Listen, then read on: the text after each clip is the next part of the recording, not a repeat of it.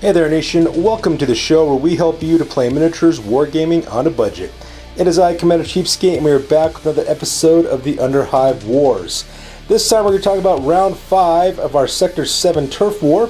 We have just completed the down phase of our campaign, so that way all the gangs have taken some time off. They've also recruited 250 credits worth of additional recruitments. Also, we're just done with our little mini campaign into the Badzones, where our 4 lowest gangs were fighting it out to level themselves up for this for the second half of the campaign. And as you can see on the entirety of the map, each of the areas are located now, or actually claimed, by the different gangs of our campaign. And just to give you guys just a little bit of a heads up, the purple territories are controlled by House Escher, turquoise is held by the Paladinite Enforcers, black is held by Gene Stealer Cults, orange is held by Goliaths, yellow is held by Delax, red is controlled by Orlocks, green by Van Saar, brown, the one lone brown one, that's Chaos Cultists, and the blue is controlled by the Cawdor. And so this is what our map looks like now. So now we're in the takeover phase where each of the gangs will now be fighting one each other to claim their territories. And here is our current ranking for each of our gangs. So go ahead and zoom in real quick, real fast. So starting off number 1, we use the reputation points to determine rankings in our campaign so far. So the Ironsights are actually now in first place with 24 reputation, followed by the Red Faction, the Gene Stealer Cults with 23 points of reputation. In third place are the Pelago-Slam Kings of House Goliath with 22 points of reputation. Fourth place is Section 8 of the Venators. They have 21 points of reputation, followed by 5th place, which is the Jury, which is my gang, of House Cawdor with 21 points of reputation. In 6th place is Precinct 13 of the Paladinite Enforcers. They have 20 points of reputation. 7th place is the Killjoys of House Escher. They have 18 points of reputation. 8th place is 9/11 of House Van Saar. They have a 17 points reputation. In 9th place is the People Eaters of the Chaos Cultist with 15 points reputation. And in 10th place is the Sleeping Dogs of House Delac with a grand total of 13 points reputation. So that is the current standing of each of the gangs in round 6. In this round 6, the very first battle will be fought between the Pelago-Slam Kings of House Goliath versus the Jury of House Cawdor. The second battle between the Iron Sights of House Orlock versus the Red Faction of the Gene Stealer Cults. Third battle will be fought between the Sleeping Dogs of House Delac against the People Eaters of the Chaos Cultists. Fourth battle will be fought between Section 8 of the Venators versus the Killjoys of House Escher.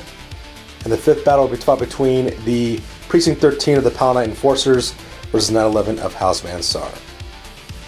So that is the current rankings of all of our gangs and the territories that they control for round 6 of our campaign. So that being said, let's go and talk about the battle report. So with that, let's go and talk about our battle report number 32 of the Underhive Wars, our continuing saga of the Sector 7 Turf War for our Necromunda Dominion campaign. This one is a tunnel skirmish that is fought between Brother Grimm as well as my gang. I'm bringing the Jury of House Cawdor, while Brother Grimm is bringing the Pelago-Slam Kings of House Goliath. And this one's actually kind of cool looking because the Pelago-Slam Kings are actually ranked 3rd in our campaign with a grand total of 22 reputation points, while my gang is ranked at 5th place with 21 points. So I'm really looking forward to doing battle on this one because I could definitely use the boost for our campaign as well. So we just got done talking about where all the gangs stand for for round 6 of our Sector 7 Turf War. So that being said, let's get this battle report on a roll. We're going to play some background music real quick. If you want to see exactly what we're bringing for this one, go ahead and pause and take a look at your own leisure. Let's get this going.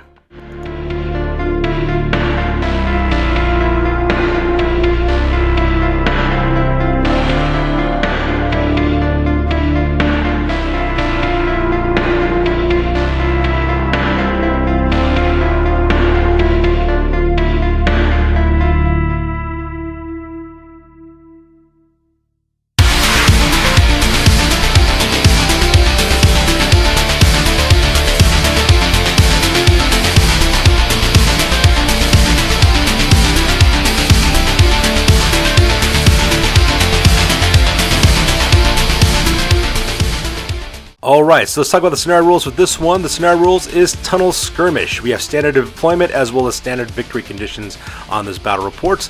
We're playing on, of course, on the Zone Mortalis. We're playing on a 3x3 battlefield. We got 9 different tiles, and as you can see in this picture, we actually have some 3-dimensional terrain that was made by Iron Major, our resident terrain wizard, to give some 3-dimensionality to our Zone Mortalis board, and it looks absolutely phenomenal with the additional walls and pillars and things located on the battlefield. So it's really, really cool. For the rewards for this one, for the winner, you earn 2d6 times 10 credits, while the loser receives d3 times 5 credits. For experience, each participant earns 1 point of experience, while the winning gang leader earns 1 point additional points. And then for reputation, +2 reputation points for the winner, and +1 reputation for fighting against each other for the very first time. And since this is the very first time I'm fighting against the Pelago-Slam Kings, and of course Brother Grimm fighting my gang, we both get 1 point of reputation off the bat. However, if either gang bottles out, they lose 1 point of reputation. So with the scenario rules over, let's go and talk about the battle plan for this one. So here's an overhead shot of the entirety of the battlefield. As you can see, we're playing on a Zone Mortalis battlefield with 3 tiles wide and 3 tiles deep. And as you can see, we also got our terrain located up at the top as well. I'm deployed on the near side of the table. My opponent, Brother Grimm, is deployed on the far side of the table. So this one is going to be kind of rough for me to fight. And the reason why is because we largely have walls dividing my deployment area, and the same thing with Brother Grimm's deployment area. We only have a couple of areas that we can actually slip through, which kind of bottlenecks us a little bit. So the main avenues of approach for this one are on the left-hand side with that giant Lima 691 Alpha tablet right there in the middle on the left-hand side, as well as that little narrow bridge over on the right-hand side as well. So unfortunately, it kind of works against me for the most part. Pretty much my plan is to concentrate my left as well as center deployments and go directly for that open space, the Lima 691 Alpha, and then intercept any Pelago-Slam Kings that come that way as well. I plan on using the furnace pit there in the center of the battlefield to protect my left-hand deployment from my right-hand forces. The only problem is, and this could probably be ill-advised, I'm going to try to cross that narrow bridge going across the gap to engage Brother Grimm's forces on the right-hand side as well. And that's pretty much what my plan is, because you know the walls have kind of sectored us off a little bit, so that part is kind of rough. So with the battle plan over, let's go and talk about deployment real quick. So let's go and talk about my deployment for the Jury. On the left-hand side is a 4-man fire team. Taking point is 0. He's a ganger with flak armor, a reclaimed autogun, as well as a maul. Behind him on the left-hand side, that is Scorpion. He's another ganger. He's got flak armor as well as a reclaimed autogun and a maul as well. Right next to him on the right-hand side, that's my champion Lemonhead. He's got mesh armor. He's got a combo weapon, which is a reclaimed autogun as well as a flamer combined. He's also got a maul. He's got the rain of blows skill. And then right behind them, that is Nostromo. Sorry, not Nostromo. Sulaco is his name. That's one of my ammo jacks. He's got a bolt gun, power hammer, mesh armor, as well as the munitioneer ability as well. And the reason why I've hired a ammo jacks for my gang is because I do have an Archaeo tech device for my gang, and I've equipped all my gang members with radiation guns, so radphage abilities in all my guns. The problem that, of course, if I fail a ammo roll with these guns, it does cause the unstable rule, so these guys could get killed. So that is why I have my munitioneer ammo jack there, so that I can reroll failed ammo tests, because all my guns, I pretty much think of an ammo roll test of 5 up for those guns, so that's why I need it. In the center of my deployment area is another 4-man team. Up in front, that is Jockey. He is a gang who's armed with flak armor, a reclaimed autogun, as well as a maw. Right next to him on the left-hand side, that is Mad Teddy. He's one of my brand new gangers. He's got flak armor as well as a reclaimed autogun. And the right side of him is Mondo. He is another ganger with flak armor, a reclaimed autogun, maul, and he's also suffering a hand injury. And then right behind them, that is Nostromo. He is an ammo jack, he's armed with a bolt gun, a power hammer. He's got mesh armor as well as the mutineer ability. And for exactly the same reasons, because I need the rerolls for my ammo checks for my radphage ability and all my guns. And finally, on the right-hand side of the battlefield is where the majority of where my gang is located. Up in the front is my brand new Stig Shambler, that is Master Blaster. He's a Stig Shambler. He's got flak armor, a pole arm, as well as twin-linked heavy stubber. He's got the intelligent control as well as the move and shoot ability as well. Next on the left-hand side, that is Sorter. He's a ganger who's armed with flak armor, a long rifle, a reclaimed auto pistol, maul, as well as a drop rig. And right next on the right-hand side, that is my second champion, Stubber. He's got mesh armor, a heavy stubber, drop rig, maul, as well as the hurl special skill as well. And then right behind them is another 5-man fire team. On the left-hand side, that is Reptile. He's a juvie who's armed, sorry, not Reptile, that's Tetsuo. He is a juvie who's armed with flak armor, a reclaimed autogun, stub gun with dum-dum bullets, as well as a maw. Right in front of him, that is right next to him on the right hand side, that's VR. That's a Ganger who's got flak armor, twin reclaimed auto pistols, as well as a strip kit. Next to him on the right hand side, that is Reptile, another Juvie. He's got flak armor, stub gun with dum-dum bullets, as well as a Maw. On the right hand side, that is Dark Side, that is a Ganger's armor, flak armor, a sawn-off shotgun, as well as a Maw. And then behind them, that is my leader, Riptor. He's got mesh armor, a bolt gun, a reclaimed auto pistol, chainsword, as well as a cult icon, so you can have commanding presence of 4 of these guys. He's got the command and presence as well as the mentor ability, so those parts are really cool as well. And that pretty much makes up the deployment for the Cawdor on this one. So next up is Brother Grimm's deployment. This is on the left-hand flank of the battlefield. He's actually got a 4-man team here. He's got 3 of his Gangers right here because they're off to the side because he'll be using the Tunnel special rule to deploy later on. So 3 of them are not on the battlefield. So starting up in the point, up in the front, that is Dromos. He is a Hive Scummer who's armed with a Chain Glaive. He's actually one of the 2 Hive Scum that this gang gets because the Goliaths control a Fighting Pit. Right behind him is another Hive Scum. That guy's name is Squee. He's armed with a plasma pistol as well as an auto pistol. And then behind him, that huge hulking brute, that is Grushka, the Berserker. He's got Furnace Plate, Mutated Fists, and Bone Spurs, Stem Slug Stash. He's got the Combat Drugs as well as the Impetuous special rules as well. And that thing is absolutely terrifying. And then right behind him is their leader, Blitzkrieg Bob. He's got Furnace Plate, a grenade launcher with frag and crack grenades. He's got a Brute Cleaver. He's also got the commanding presence as well as the Overseer ability as well. Now the 3 guys who are on this little tablet as well. These guys will be deploying later on using the special tunnel rules. On the left-hand side there, that is Rager. He is a Ganger who's armed with a Furnace Plate, a shotgun with solid and scatter shot. He's got a Brute Cleaver as well as a humiliating injury. Right next to him on the right-hand side, that is Flesh Stick, another Ganger who's got a Furnace Plate, a Renderizer, Stub Gun. He's got incendiary charges, and he's also got dum-dum rounds for his stun gun as well. And he's also packing a Stem Slug Stash. And then finally, we have our Juvie, that is Stinkum. He's armed with Furnace Plate as well as a Stub Gun as well as a Maw. Alright, in the center of the deployment of the Pelago-Slam Kings, I got a 3-man fire team. That guy in the back is the Headhunter. He's a Ganger who's armed with Furnace Plate, Last Gun, and Axe. Next to him on the left hand side, that is Stank Gum. He is a Ganger who's got Furnace Plate, a Stub Cannon, incendiary charges, as well as a Stub Gun. And the guy taking point with a little Viking helmet, that's Craze. He's armed with a Furnace Plate, Stub Cannon, incendiary charges, as well as a Spud Jacker. And that pretty much makes up the center deployment for the Pelago-Slam Kings. And finally, on the far right-hand side of their deployment in the back, that is Ragnarsson and Ammo Jack. That's another hired gun that they have in this crew. He's got a bolt gun, power sword, mesh armor, as well as the munitioneer skill. Right next to him, that is Porter. On the left-hand side, that is a Ganger's armed with Furnace Plate, bolt gun, as well as a stub gun. Taking point is Gage, who is another Ganger armed with Furnace Plate, bolt gun, stub gun with dum-dum rounds. And finally, on the right-hand side, that is Grizz, the gang's champion. He's got a Furnace Plate, heavy stubber, stub gun, suspensor on his heavy stubber so that way he can move and shoot. He's also got the Nerves of Steel skill as well. And that finishes the deployment for the Pelago-Slam Kings. So with the deployment over with, we go directly to the top of turn number 1, and both Brother Grimm and I roll off for initiative to see who has priority. Alright, so that takes directly to the top of turn number 1 for the Goliaths, and of course my friend Brother Grimm activates his leader Blitzkrieg Bob, and since he's got the commanding presence ability, he activates Grushka as well as Dromos and Squee, and those guys actually spend a double movement for this turn, moving across the battlefield right directly towards Lima 691 Alpha tablet, right there in the middle of the battlefield, trying to close the distance between himself as well as my jury. In response, I then activate Riptor, then also uses commanding presence ability to activate Master Blaster as well as Sorter as well as Stubber. I send Master Blaster up moving forward as normal moon allowance, so that way he gets a little bit closer to that bridge that we can cut loose with his twin-linked heavy stubber.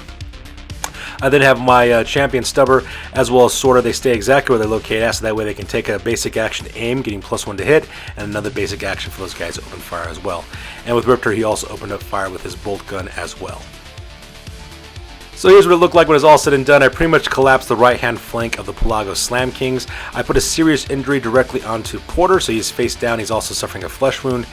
Gage, on the other hand, I only managed to pin that guy, so he's perfectly fine. He's laying face up.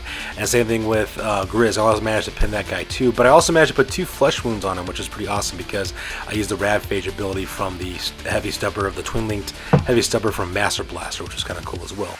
Now, since Porter went down, of course, everybody within 3 inches has to take a cool chest, and unfortunately for my friend Brother Grimm, Ragnarsson failed his cool check. He ran back 8 inches and fled behind that pillar, and he's taking cover because he just watched a bunch of his employers get shot, and since he's a hired gun, hired guns ain't loyal.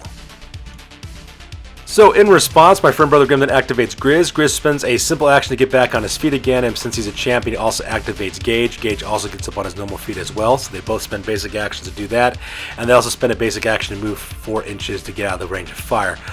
Gage heads over to the left-hand side using the walls and the pillars as cover, while Grizz does a very un-Goliath thing and actually pulls back and tries to retreat so that way he doesn't get shot at anymore. So I thought that was kind of interesting. And then poor Porter, he's just kind of laying there right now being abandoned by his friends at this point. So for my next activation, I activate Lemonhead, who also activates Zero as well. I have them both spend basic actions to move forward with their normal moon allowance, that way they can close the distance between the Hive Scum, and I had to spend another turn opening fire with the auto gun with Zero, and I decided to cut loose this time with the Flamer from the combo weapon that Lemonhead is using. The Flamer, luckily for me, managed to hit both Dromos as well as Squee, and a sheet of Promethean fire, while automatic fire encompasses from Zero, opening up with his ravaged auto gun. When it was all said and done, I did manage to put a serious injury onto Squee, so he is laying face down and bleeding out. And I actually caught Dromos on fire, and we rolled to see exactly where he decided to go. He actually moved forward 6 inches for his random movements where he was going. So he moves up forward 4 inches, and he's on fire, and then Zero, of course, because he's the closest target to him, opens up with his auto gun. He actually managed to hit him 3 times with his auto gun, so that part was amazing as well, getting the +1 to hit for short range as well. In the end, though, I did not manage to actually cause any wounds when I hit him, but because the gun has Ravage ability, I rolled 3d6s and I actually got 4s on all 3 of them, putting 3 fresh wounds directly onto Dromos. So because of that, Dromos goes out of action, netting an experience point for Zero as well, which is awesome. I mean, you can't complain about that. Now, we don't put any serious injury on these guys because these guys are hired guns, so they don't really have to suffer about injuries for that part. So because of that, Dromos goes directly out of action. So for the rest of the turn, it's all individual activations because we're pretty much done with our group activations. The first thing that my friend decides to do is to move out Stank Gum. That guy actually moves up double moon allowance, paralleling along the wall past the blast furnace to head towards the left-hand side of the battlefield. In response, I activate Mad Teddy, who spends a basic action to move forward in his normal moon allowance of 5 inches. I also have to spend a basic action to cut loose with his autogun directly into Grushka. And not only does Mad Teddy manage to hit Grushka, he also causes a wound on that guy, which is pretty awesome as well, and also managed to put a flesh wound on him too with the Ravage ability from his auto gun, so things are looking pretty good over here so far on the left-hand flank of the battlefield. At the same time, my friend Brother Grim then activates Craze. He does a double movement paralleling right behind Stinkum, so that way they can get over to the left-hand side of the battlefield. In response, I activate Jockey, who moves forward 5 inches next to that blast furnace, and then once again, he also opens fire with his auto gun. And he actually managed to hit Grushka twice. He does cause an additional wound on that guy as well, but the nice bonus about this one is that even though he got hit but not wounded, he actually gets 2 tests with the Ravage ability. He managed to put 2 more flesh wounds directly under Grushka as well, which is a nice way to take this guy down because, if I remember correctly, Grushka's got a really high toughness. He's got a toughness of 5. He's got 3 wounds as well, so if I can't take him out with 3 wounds, I could possibly take him out with just the number of flesh wounds that we put on him as well, and that would be freaking awesome if that actually happens. Meanwhile, my buddy Brother Grim then activates the Headhunter, who also spends a double movement, moving up along, paralleling right behind Stankum as well as Craze, so that way they can hit to the left-hand side of the battlefield as well. And since Brother Grimm's activations are all finished with, the rest of the activations spent for me. Basically what I end up doing is I end up moving Scorpion, I also move up, Nostromo, and I also move up Mondo as well. These guys all move with their normal movement allowance, and of course they all open fire with their guns directly into Grushka as well. So when it was all said and done, Mad Teddy managed to put the final wound directly onto Grushka, which is pretty awesome as well. Managed to put the last wound on that guy and managed to make him go face down as well. We actually rolled for his injury. I rolled an out cold result, so because of that, he goes directly out of action. He will not miss his next battle report, but that's also one less Goliath I got to worry about because I was kind of worried about what that Zerker could do in the battlefield. Meanwhile, Jockey, as well as Nostromo, as well as Mondo takes shots directly into Blitzkrieg Bob. I believe it was Mondo that managed to put him out of, also caused him a wound as well. And in the end, I think it was Jockey who managed to finish him off. The bolt gun from Nostromo also brought him down another wound as well. I think it also put a flesh wound on him directly as well. And then it was Mondo who actually put the killing blow directly onto Blitzkrieg Bob. And Blitzkrieg Bob also goes out of action as well. And he also gets an out cold result too. So he doesn't suffer any permanent injuries, but he is not participating in this battle anymore. So for the rest of the turn, I'm just moving the rest of my Cawdor members up. I move up VR as well as Reptile, as well as Tetsuo, as well as Darkseid. And I believe it was Tetsuo Tetsuo actually was able to shoot anything because he was in range. So he actually cut loose directly with his auto gun directly into Gage. Tetsuo does manage to hit Gage, but all he does ends up pinning him because it just couldn't go through his armor. However, he did manage to put a flush one on him because of the Radphage ability as well. And plus, because he was so close to the edge, my buddy Brother Grimm had a roll initiative to see if he actually fell off, and Gage actually passed that. So because of that, he just lays down, face up, because he just got hit with a flush wound. And that pretty much makes it the action phase on this one. So with the action phase over with, we go directly to the end phase. So in the end phase, Blitzkrieg Bob, he is still laying face down with his flesh wounds, and same thing with Squee as well. And that pretty much makes up the end phase over here on the left-hand side of the battle report. Meanwhile, on the far right-hand side, Ragnarsson manages to, get his nerve back, so because of that, he stops fleeing. However, I believe that guy is Porter. He's still face down. He's still seriously injured as well. And that pretty much brings up the end of turn number 1. So here's an overhead shot of the entirety of turn number 1 of the battlefield. As you can see, the left-hand flank for the Pelago-Slam Kings is slowly collapsing. I do have to worry about that 3-man fire team of the Headhunter, as well as Stinkum, as well as Craze right in the middle there behind the wall next to the furnace. I do have to worry about those guys. However, I do have 7 Cawdor gangers with 2 hired guns who are in the center, as well as the left-hand to play my battlefield to deal with those guys. At the same time, the right-hand flank of the Pelago-Slam Kings is also collapsing as well. The only problem I have is that I'm going to have to bottleneck my forces to cross that narrow bridge across that gap in order to engage with them, and if I'm not careful, I could get caught in a firefight on that bridge, and my guys could fail initiative tests and fall off. So that is a risk, of course, I'm willing to take, because I really want to get bloodthirsty and I really want to destroy the Pelago-Slam Kings. And that pretty much ends turn number 1. So with turn number 1 over with, we go directly to the top of turn number 2, and Brother and Grimm and I roll off for priority to see who goes first. So that takes directly to the top of turn number 2, and the Pelago-Slam Kings managed to get the initiative on this one, and this time a little 3-man fire team of Goliaths pop up in the bottom left-hand corner of the battlefield, right behind my left-hand flank with Flesh Stick as well as Stinkum, and right behind them that is Rager. So that is one huge problem I got to deal with. And right off the bat, Flesh Stick charges forward. He charged directly to the back of Sulaco, managed to take him out, managed to put a serious injury on him, so because that Sulaco is facing down. Instead of actually staying to deal with Sulaco, my buddy Brother Grimm decides to elect to overrun instead, so because of that, he re-engages and charges directly into the back of Limit Head as well, so that part was really significant. Because of that, I managed to activate next, so I activate Limit Head, who has Rain of Blow ability, so he actually attacks twice in the close combat phase, and I also activate Scorpion as well. Now, while both of these guys do outnumber Stank off on Flesh Stick, and I get bonus to hit, unfortunately my boys weren't really much able to do anything against him, so because of that, Flesh Stick is still a threat, still into the back of my forces. So because of that, Brother Grimm goes next, and then he activates his Juvie Stinkum, who then charges forward and puts a coup de grace directly onto Sulaco. Puts him out of action directly as well, so that part was kind of sad. Now, the bonus, of course, is that since he's a hired gun, I don't have to really worry about serious injuries, but it's kind of sad because I lose one of my ammo jacks. And because Stinkum put a coup de grace onto Sulaco, he, of course, does a follow-through and goes right behind Limited as well, so that part is pretty rough. So my next activation, I then activate Scorpion, and then also fights, Flesh Stick as well. And the nice part about that, I actually win that combat, actually put a serious injury directly onto Flesh Stick, so because of that, Flesh Stick is laying on the ground face down. Unfortunately, I couldn't finish him off, so because of that, I do run the risk of Flesh Stick being back on his feet again, but at the same time, though, I really don't have much options. Hopefully, what I'll be able to do is activate Zero next, and then Zero will be able to charge directly into Flesh Stick, and then, of course, put a coup de grace on him and just kind of finish him off that way. But before I could do that, Squee, of course, gets back on his feet again, and he decides to take aim with his plasma pistol and open fire directly into Zero, which was pretty tough. Unfortunately for me, though, he did put a serious injury onto Zero, and he also managed to put a flesh wound as well, so that part really sucked. Now, normally when you have a guy getting back on his feet again, escaping pinning, he has -2 to hit because of the fact that he's got 360 degrees aiming and he's kind of panic firing.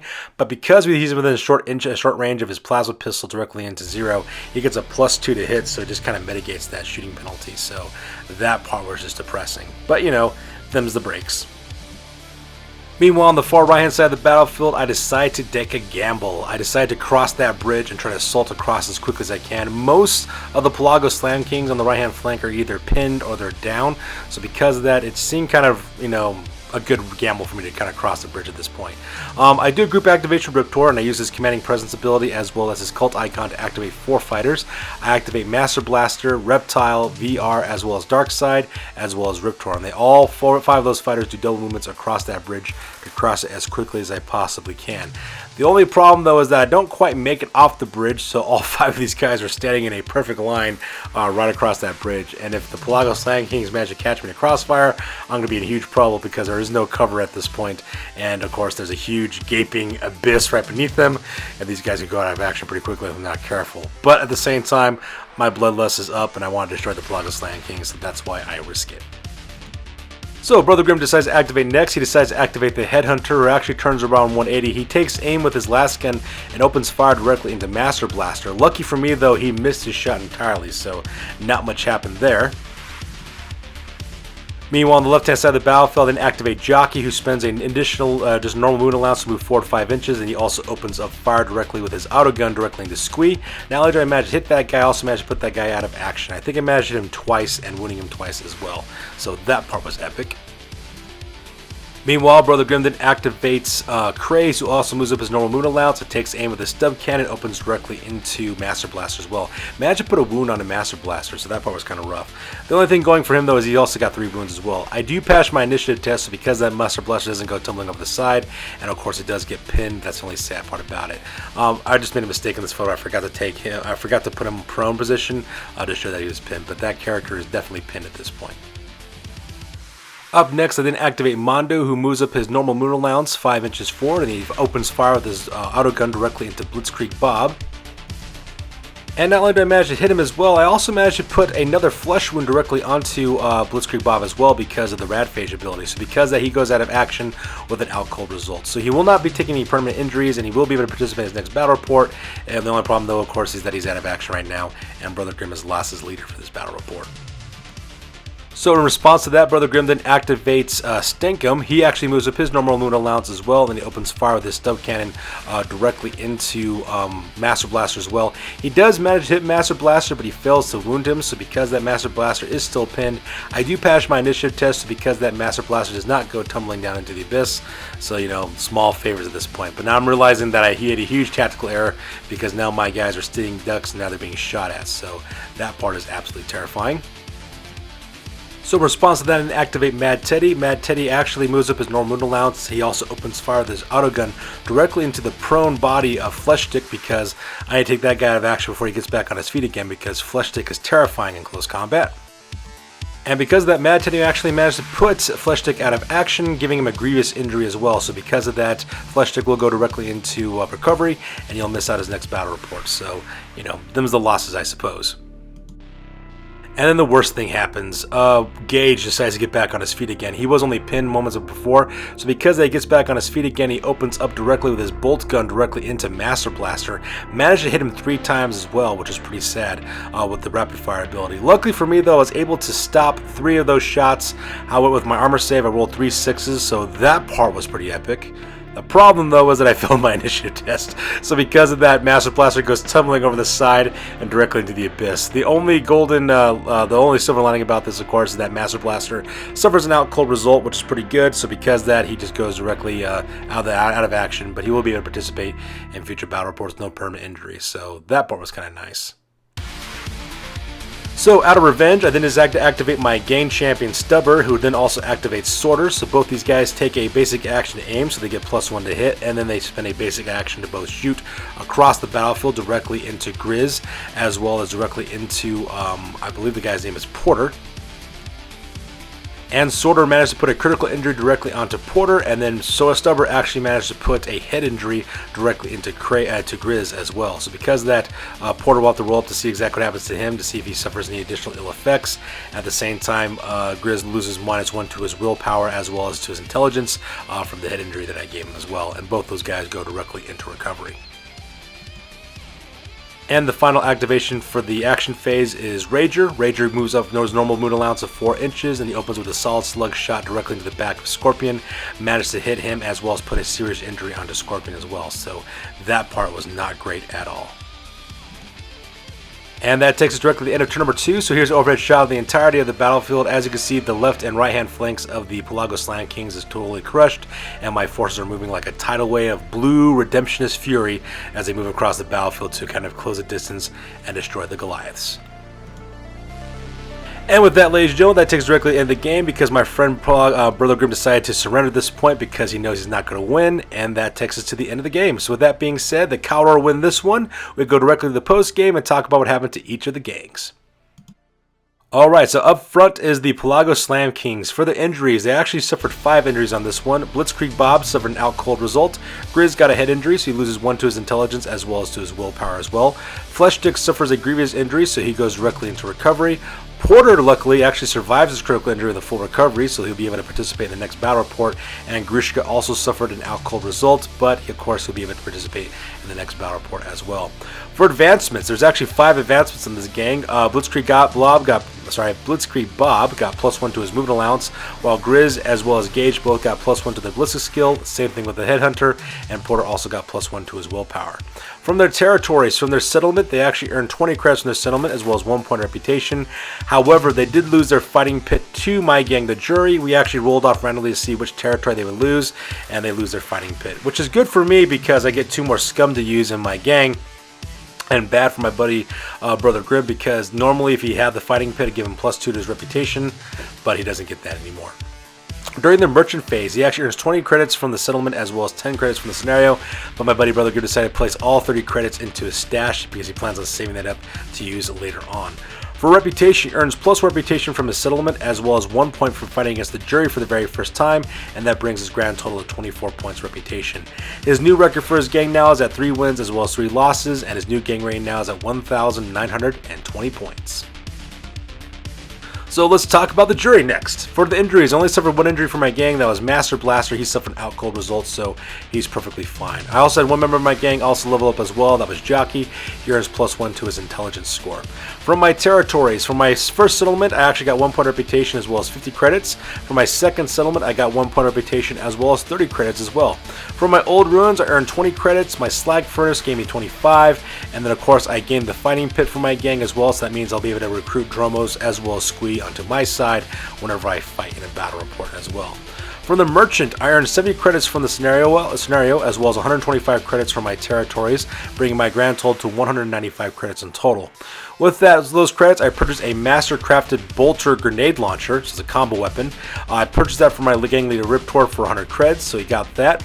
I then also purchased suspensors for my champion Stubber for 60 credits, so that way he can move and shoot with his heavy stubber. I then also purchased twin mauls for both Mad Teddy as well as Scorpion for 20 credits in total. I then placed the remaining 15 credits into the stash, and then I took Riptor's old bolt gun and I gave it to Darkside, so that way he could use that for his gang as well. For my reputation, I earned 2 points of reputation from both the settlements I control, as well as 2 from the scenario. I also earned 1 point of reputation from fighting against the Pelago-Slam Kings for the very first time, and that nets my total reputation to 26 points. My new record now is at 5 wins, as well as 1 loss, and my new gang rating is at 2,290 points. So that's good to do it for this one, for the very first battle of round number 6 of our Sector 7 Turf War for the Takeover Phase. That's good to do for this one, you guys. As always, please feel free to like, comment, and or subscribe. You guys' input is invaluable to us as always. Also, check us out on Facebook, Instagram, as well as blogger.com for all the latest greatest news about the hobby aspect on this channel.